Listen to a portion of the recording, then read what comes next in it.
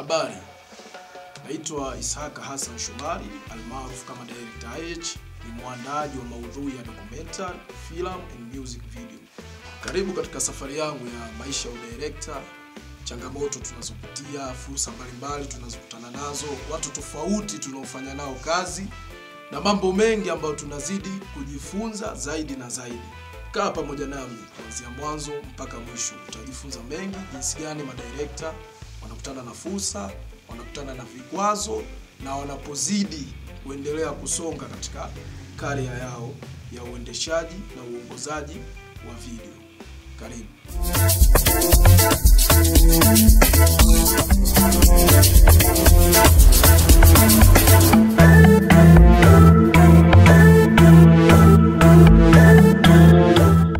Kazi hii ya utayarishaji wa video nimeanza nikiwa na umri mdogo, na pia imenisaidia kujifunza vitu vingi mpaka nilipofika hapa, kwa sababu wengi madirector hii kazi wanakuwa naianza wakiwa na umri mkubwa. Sasa hiyo sometimes inakuwa ni faida au hasara, kwa sababu unapoanza na umri mdogo unakuwa unajifunza vitu vingi na mpaka kufika hapa.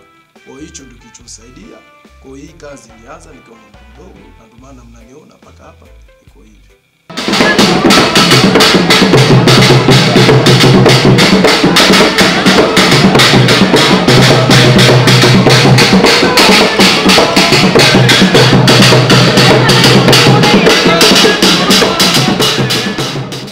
Nimefanya kazi nyingi za music video, na nimefanya na makampuni tofauti, na nyingine nimefanya na kampuni kubwa Tanzania, East Africa pamoja na Afrika. Na nimefanya baadhi ya project nyingi, wasanii wadogo, size ya kati, wakubwa. Nimefanya na combine za directors tofauti. Baadhi ya project nilikuwa ni kama DOP, baadhi ya project nilikuwa ni kama editor, baadhi ya project nilikuwa kama drone master, kwa sababu vitu hivyo vyote nafanya kwa sababu mimi ni kiraka. Kama nilivyowaambia, hii kazi nimeanza nikiwa na umri mdogo, kwa hiyo nakuwa nafanya vitu tofauti. Kwa hiyo sometimes unaweza ukaiona project ukashangaa, mbona kafanya hichi simuoni, kwa sababu niko kama DOP au niko kama drone master. Lakini sasa hivi baadhi ya directors ambao tunafanya nao tuna ushirikiano mzuri, na wanakuwa naorodhesha majina ya watu wote ambao tunashiriki ile project. Kwa hiyo kitu ndio kinanifanya kwenye ufanisi wangu nazidi kwenda juu, kwa sababu hii kazi nimeanza mdogo. Kwa hiyo mimi ni kiraka, kwa hata nikipoa kazi na kampuni au sehemu tofauti na uwezo wa kuingia kwenye sekta yoyote.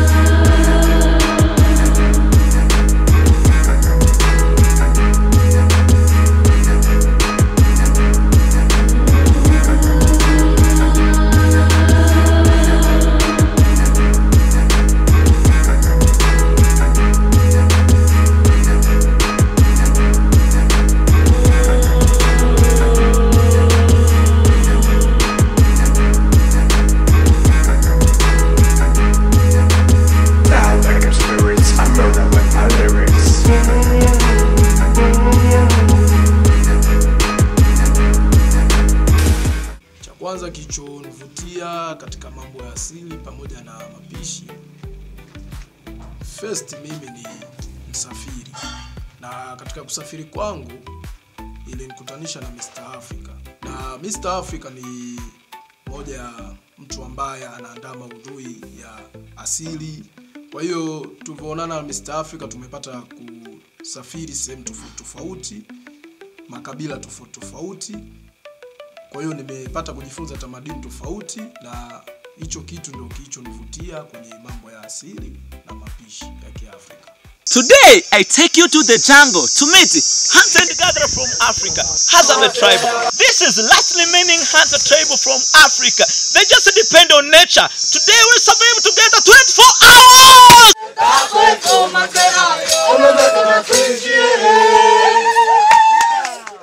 No grocery store, no phone, no electricity, no water.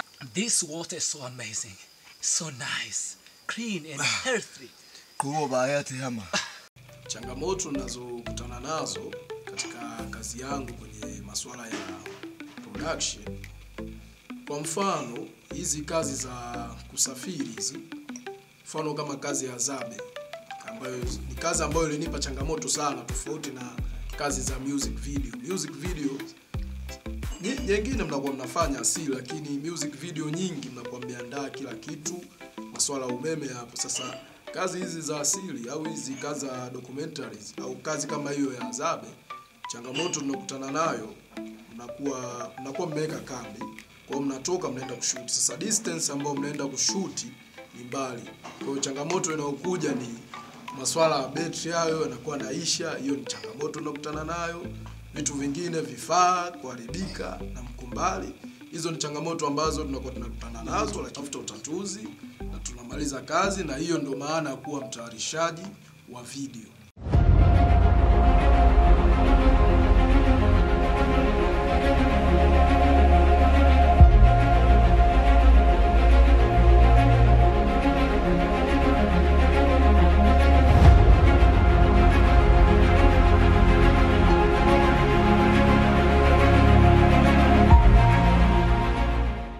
Kufanya kazi nje ya studio, yani tunasema outdoor na indoor, mabadiliko yanakuja. Unaweza ukapanga, mimi bwana nataka ni shoot labda documentary yangu muda mchana, sitaki mvua, sitaki jua liwe hivi, lakini hali ya hewa inakuwa inasababisha changamoto.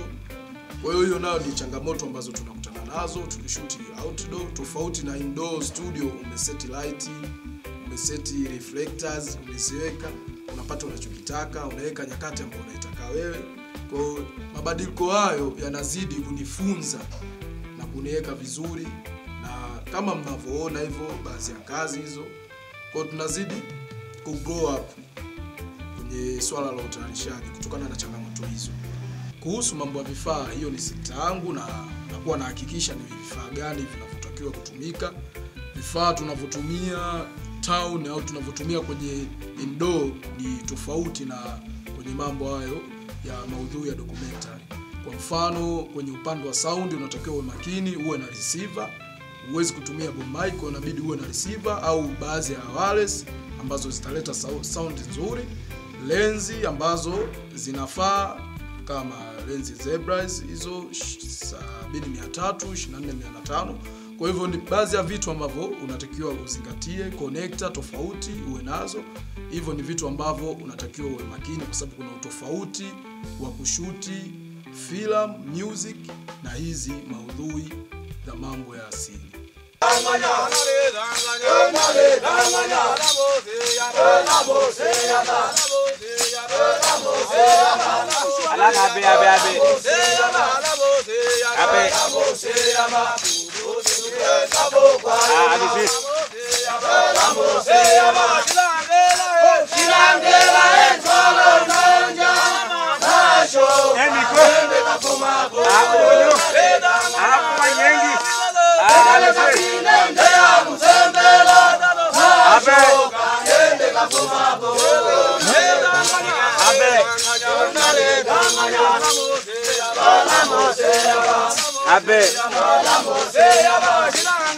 Buena fiesta, buena chila.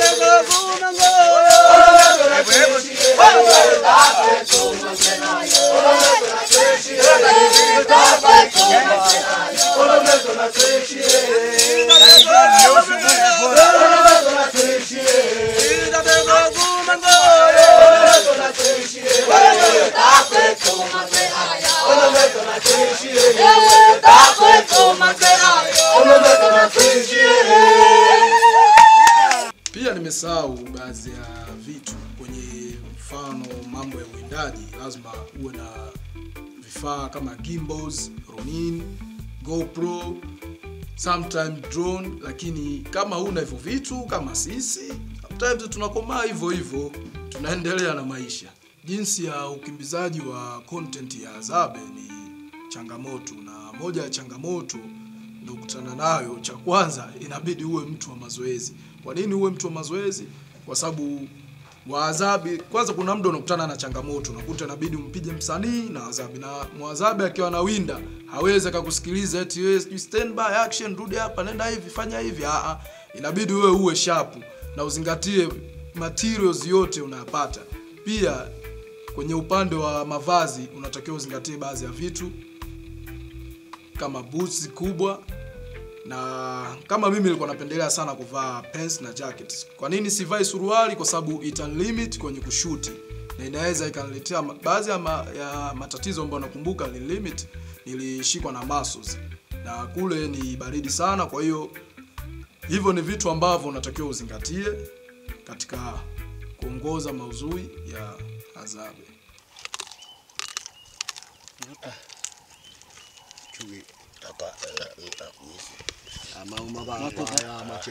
Moja ya tatizo kubwa ni kuelewana na Wazabe. Ndio Wazabe lugha anaongea, alafu hata kwenye upande wa shooting Wazabe anaishi ile real kama nilivyowaambia. Yaani yeye anachokifanya ndo anafanya. Kwa hiyo kama anawinda ndo anakimbia, kama anafanya hivi anafanya.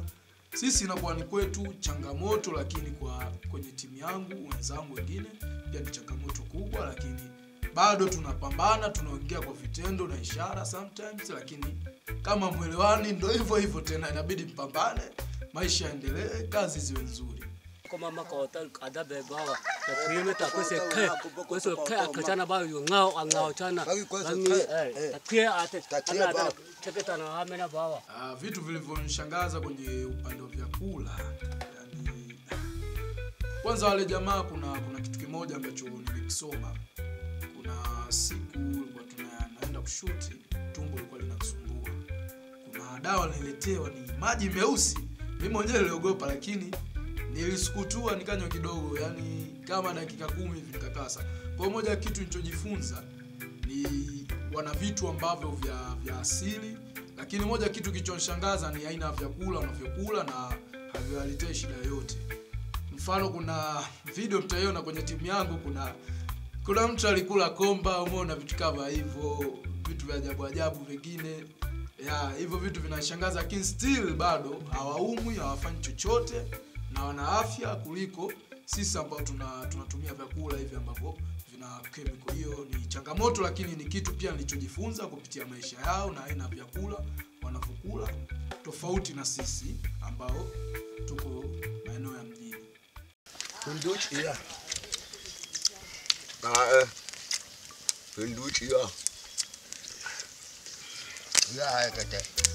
Kitu ambacho nakipenda nikiwa na shoot na Mr. Africa, sio kweli, mimi napenda vitu vizuri, mimi napenda vitu vizuri kwenye masuala ya makula pia. Ndio maana sometimes nakuwa najaribu kubalance mwili. Sasa nikiwa na Mr. Africa nakuwa napenda kama project ya Rwanda ya vyakula, kuna manyama, mandizi, mazagazaga fulani nini, yani nakuwa na enjoy, yani sijui sema vipi. Kwa hiyo ni moja kitu ambacho nakuwa napenda vyakula vyao.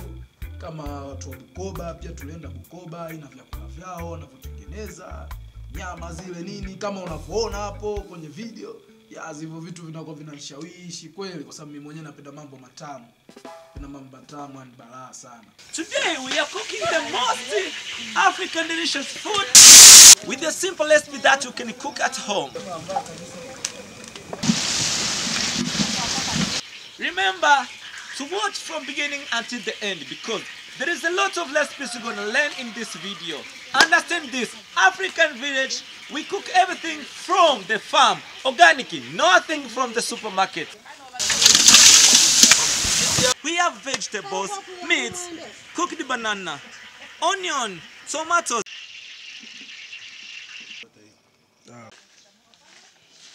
And here we have banana, and this is how to prepare banana. It's one of the most delicious food from Africa. Remember this, everything is from the farm.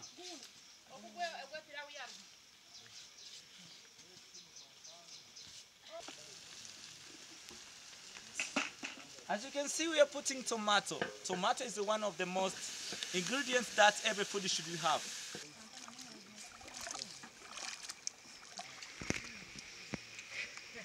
Now groundnuts powder is already mixed with the water. This is how we make it in order to mix up with the banana.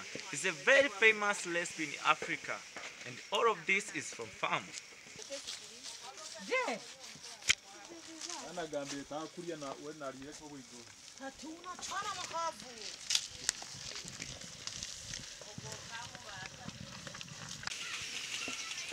This is how we make cabbage.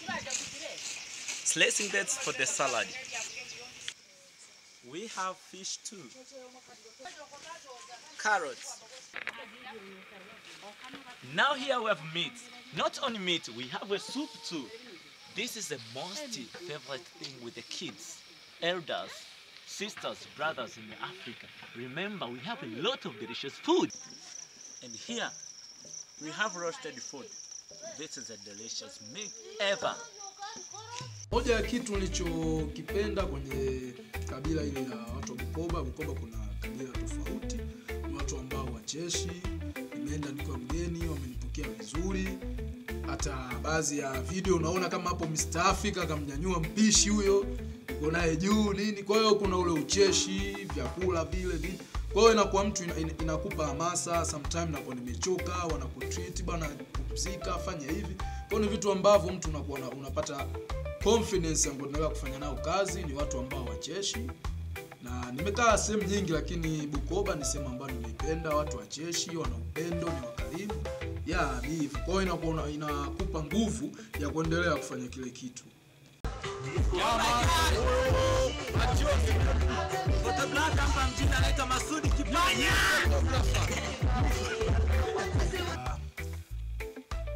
Kushuti Bukoba, traveling ya Bukoba, kuna aina vyakula nimekutana navyo sijawahi kula toka nzaliwa, lakini nimetokea nimevipenda balaa.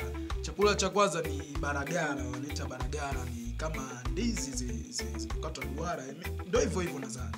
Lakini chakula ambacho mimi mwenyewe zamani kabla nilikuwa nikiona naona kama ni kitu ambacho hakifai au naona kama ni uchafu, lakini toka nilivokula everyday lazima nimsumbue brother Mr. Africa bana. Mimi sipopata vile vitu mimi si enjoy. Ni senene. Senene nimezipenda balaa. Kile kitu nilivofika tu wakati tunapokewa airport, gari ilikuja kutufuata, tuko njiani nikaziona. Nikasema ngoja ni test, nikaonja mmoja hivi. Wale wadudu nilivyoonja inanikumbusha vitu vya Zanzibar, prawns, kamba. Wale wadudu umeona kama kamba. Hivyo ni baadhi ya vyakula ambavyo nilikutana navyo kwenye safari yangu na ninavipenda sana. Kitu kingine ambacho nimekipenda kwenye project Kagera and Rwanda ni namna vyakula vinavyoandaliwa.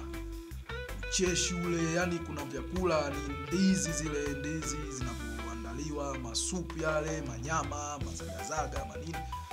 Hicho kitu nimependa sana. Alafu watu wanavyopika, ucheshi wao, jinsi wanavyoandaa chakula. Kikweli ukiona kuna ile jinsi wanaweka nini, jani la mgomba lile.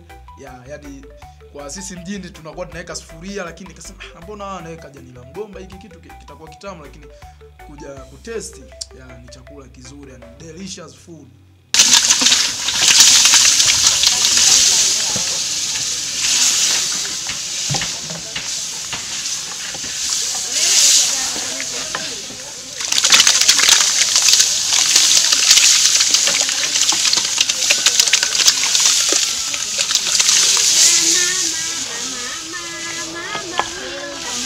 Moto naipitia kwenye music video, masuala budget nini.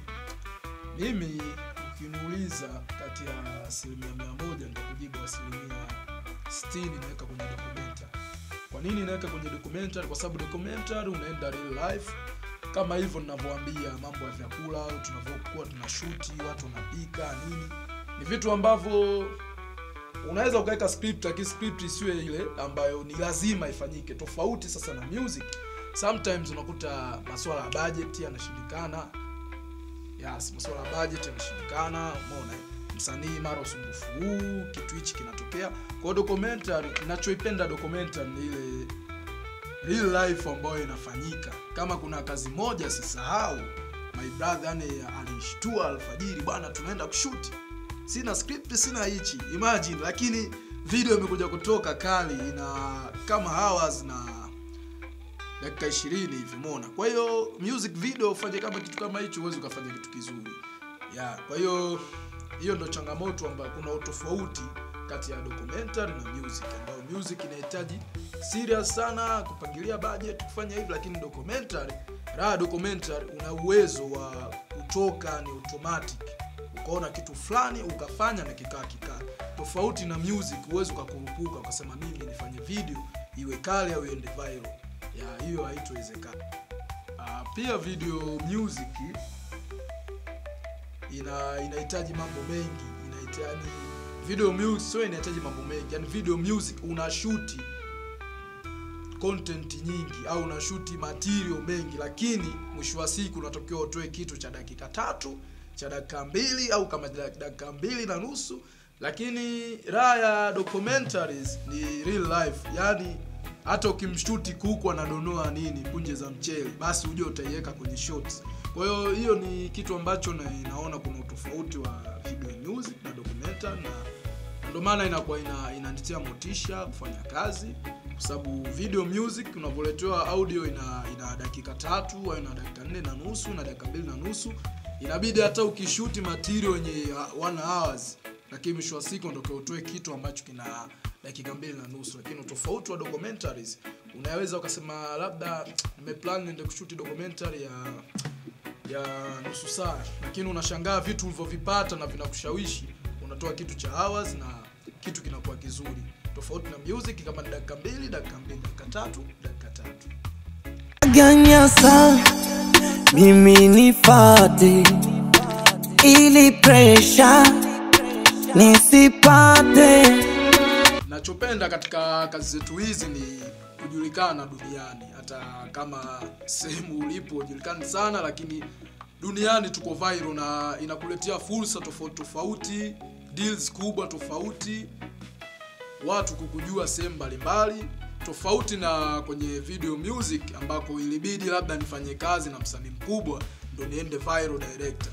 Lakini kwenye documentaries wafuatiliaji wake inajulikana. Documentary ni kitu ambacho kinapendwa duniani.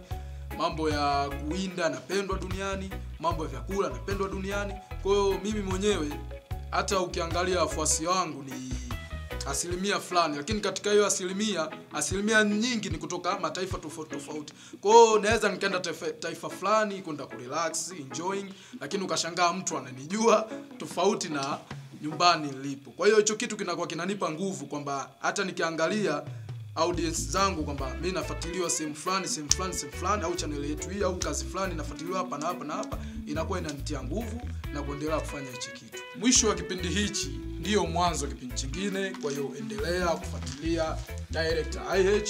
Kama kuna ushauri wowote unaweza comment hapo. Kama wewe ni mgeni au ni mpya, basi bonyeza hicho kikengele, subscribe, uendelee kufuatilia vitu vingine tofauti.